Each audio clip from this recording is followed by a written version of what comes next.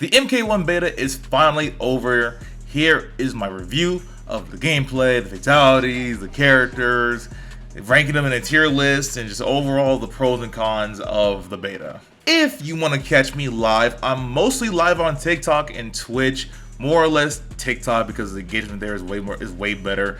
Honestly, I actually had like 800 people watching me on TikTok. I even had the Warner Brothers account come into my live and we chatted up for a bit.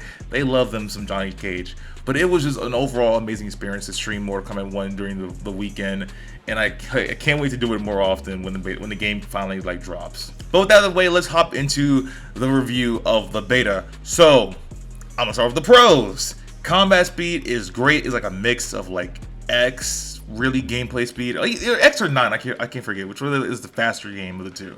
It was definitely fast. It's not as slow as an MK11.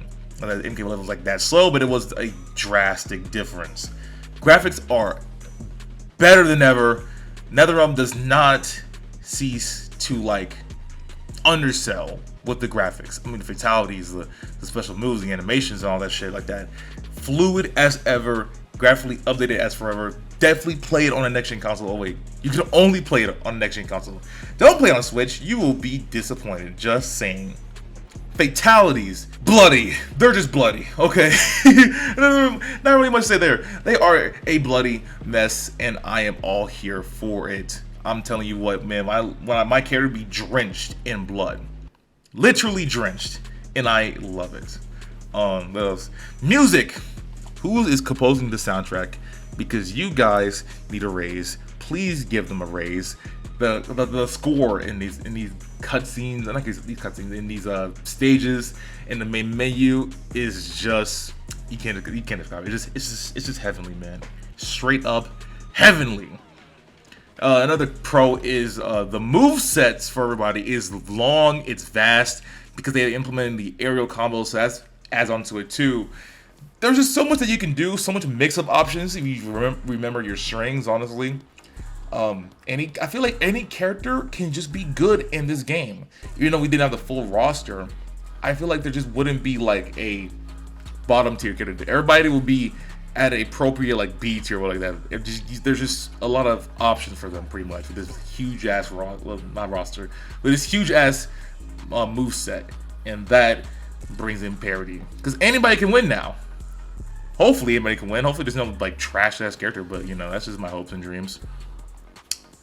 On to the cons. We're pretty quick on the cons because there was just a lot of them. Not a lot of them, but just some that just bugged the shit out of me. For example, Tekken grabs.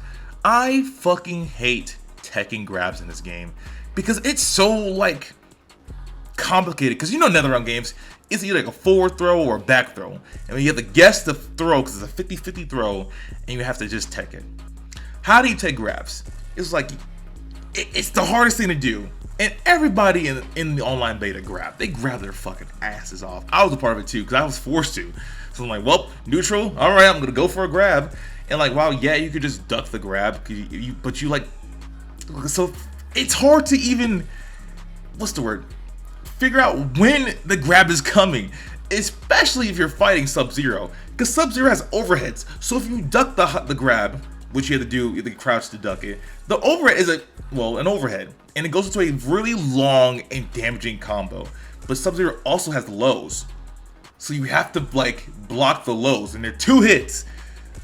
So it's just a whole guessing game when it comes to Sub-Zero. But everybody else I can't really say for. But that was just the most problem I had with Tekken grabs. And just playing people like that. Because they usually go for low, they go for overhead. Either way, you're fucked. Because you have to guess right pretty much. Next is breaking combos. Really just inconsistent breaking combos. They're either come out too late or they come out at all. Also, there are 3 bars now. I may not remember this accurately, but I'm pretty sure in MKX there are 2 bars to break a combo, not 3. So I don't know why I decided to increase it to 3, but at least increase the rate that I get 3 bars a meter. At least that's the most you guys can do for us players. Because it was just really far in between to combo break. And when I do, the combo's already over. I'm pretty much dead anyways. So I just didn't even do it. Another issue, cameo fighters. I mean, not an issue, it's a good thing 'cause I see people using them in combos and like congrats to them. But I often forgot that I even had a cameo fighter. Truth to be said, I often forgot I had cameo fighters, and when I did, like they were okay, but they just didn't come out fast enough either. So I wish that they could at least come out fast enough. And that's really it for the pros and cons. If I were to rank each of the characters in a tier list from the beta, it would be like Sub-Zero at the highest, Johnny Cage, Lee Mei, Kitana, Liu Kang, and Kenshi. Kenshi's at the bottom because you just need practice with Kenshi. Like you can't like actually play Kenshi. I mean, you could play him, but you wouldn't be good at him. You have to go into like a lab and spend hours or just a good amount of time in the lab with Kenshi because he's like he's a stance as well. He's a puppet character, and you know that just brings a whole level of complications, honestly. But Sub-Zero being top, I mean, if you play the beta, you know why. All those like lows and overheads and just Sub-Zero's mix-up game is honestly like the best. He might just be better than MKX. Well, you could throw ice clones in MKX, but you can't throw ice clones in this game. But like, regardless, like just Sub-Zero is just really strong. He's really, really strong, and honestly, just expect a nerf expect a nerf when the game fully comes out because he's just ridiculous. Absolutely ridiculous. What do you think of the beta? Do you have any concerns? If so, leave them in the comment section below. Follow me on TikTok, on Twitch, because those are my main two streaming platforms other than YouTube. I don't even know when I'm going to do a YouTube stream.